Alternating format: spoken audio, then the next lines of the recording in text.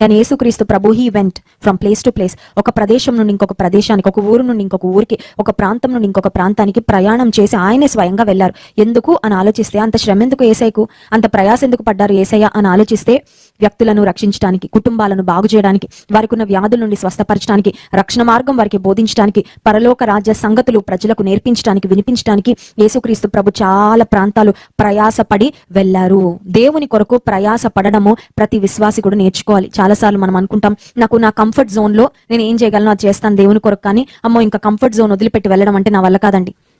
నేను ఉన్న ఇంట్లోనే, ఉన్న ఊర్లోనే నా వాహనము, తర్వాత ఇంట్లో కావాల్సినవన్నీ చక్కగా వండి పెడుతూ ఉంటే, నా కంఫర్ట్ జోన్ లో నేను ఎంతవరకు చేయగలను అంతవరకే చేస్తాను తప్ప, ఒక దూర ప్రాంతానికి వెళ్ళడం అంటే, ఒక అసౌకర్యవంతమైన ప్రదేశానికి వెళ్ళడం అంటే, అక్కడ ఫెసిలిటీ సరిగ్గా లేకపోతే, ఫ్యాన్ గాలి సరిగ్గా లేకపోతే, వాతావరణం బాగా వేడిగా ఉంటే, ఒకవేళ నిలబడి ప్రయాణం చేయాల్సి వస్తే, అమ్మో నా వల్ల కాదండి. దేవుని కొరకు కొంచెం కంఫర్టబుల్ గా నేను పని చేయగలను తప్ప, కొంచెం